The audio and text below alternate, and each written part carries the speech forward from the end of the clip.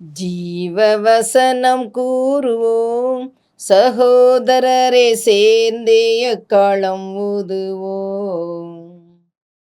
கர்த்தருடைய நாமம் உயர்த்தப்படுவதாக. கிறிஸ்துவுக்குள் அன்பானவர்களே, இந்த நாளிலும் ஜீவ வார்த்தை ஒன்றை நாம் கேட்போம். லூக்கா எழுதின சுவிசேஷம் 9வது அதிகாரம் 62ஆம் வசனம் இப்படி சொல்லுகிறது. அதற்கு இயேசு, கலப்பையின் மேல் கையை வைத்து பின்னிட்டு பார்க்கிற எவனும் தேவனுடைய ராஜ்யத்திற்கு தகுதி உள்ளவன் அல்ல என்று சொன்னார்.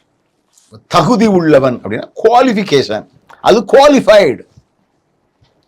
நான் இள வயதாக இருக்கும் பொழுது நிறைய ஸ்போர்ட்ஸில் என்னை ஈடுபடுத்திக் கொள்வேன். 100 மீட்டர் ஓட்டம் ஓடணும்னா கிட்டத்தட்ட மாவட்ட அளவிலே மாநில அளவிலே எல்லாம் ஓடும் பொழுது நிறைய கூட்டம் வரும். அப்போ அதில் ஃபைனலிஸ்ட் ஒன்று எடுப்பார்கள்.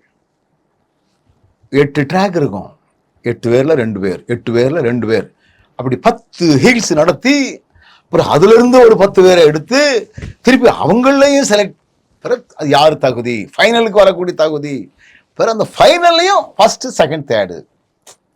ஆண்டவர் நம்மை தகுதி உள்ளவனா மாத்துறார். அப்படின்னா தகுதி இல்லைன்னு ஒரு வார்த்தையை சொல்றார். யாருன்னா, கலப்பையின் மேல் கை வைத்து. முந்திலாம் வயல்களில் உழுவதற்கு மாடுகளை வைத்து கலப்பையை பிடித்து கொண்டு உழுவார்கள். இப்போ உள்ள பிள்ளைகளுக்கு அது தெரியாது. ஒரு காலத்தில் நீங்கள் வயல்களை உழும் பொழுது எனக்கு உழ தெரியாது, ஆனால் உழக்கூடியவர்களோடு சில நேரங்களில் கலப்பையை பிடிச்சிருக்கிறேன். அந்த கலப்பையில கொழு இருக்கும். அப்படி உழும்போது அப்படிலாம் திரும்பப்படாது. திரும்பிச்சுன்னா அந்த கொழு நேராக போகாம கொஞ்சம் சாஞ்சி மாட்டு காலில் கூட அந்த கொழு குத்திரலாம், நம்ம கால்களில் சிக்கிரலாம், ஏதாவது ஒரு விபரீதங்கள் ஏற்படும். நீ தேவராஜ்யத்திற்கு அழைக்கப்பட்டிருக்கிறாய்.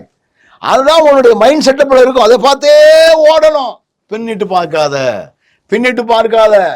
பின்னிட்டு பார்த்தால் வேதம் சொல்லுகிறது பாருங்கள், கடலுக்குள்ளே நடத்து வர வேண்டும் என்று சொல்லி பேதுரு கேட்கும் பொழுது வா என்று சொன்னார்.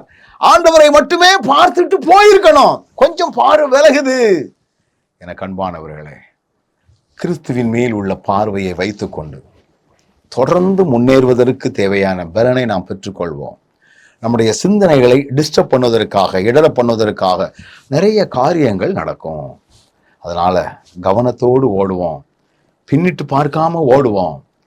மகிமையான வாழ்வை நாம் பெற்றுக்கொள்வோம். நல்ல ஆண்டவரே, எந்த நிலையிலும் நாங்கள் பின்னிடாமல் காத்துக்கொள்ள நீர் எங்களுக்கு கிருபை தாரும். இயேசுவின் நாமத்தில் ஜெபிக்கிறோம் நல்ல பிதாவே, ஆமென்.